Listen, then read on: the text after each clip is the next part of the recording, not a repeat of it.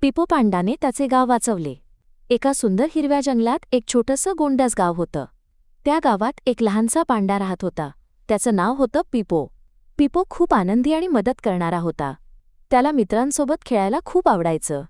एका दिवशी आकाशात काळे ढग जमा झाले, वारा जोरात वाहू लागला आणि पाऊस सुरू झाला.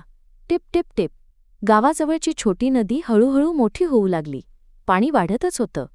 अरे बापरे, ससा म्हणाला. आपलं गाव पाण्यात जाईल. सगळे प्राणी घाबरले, पण पिपो शांत होता. तो विचार करू लागला.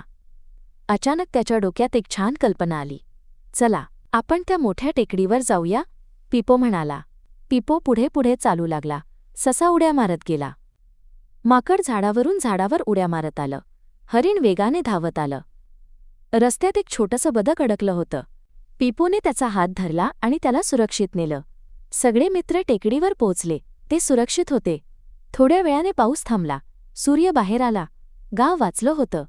धन्यवाद पिपो, सगळे आनंदाने म्हणाले. पिपो हसला. त्याला खूप आनंद झाला. बोध, आपण शांत राहून एकमेकांना मदत केली तर कोणतीही अडचण दूर करू शकतो.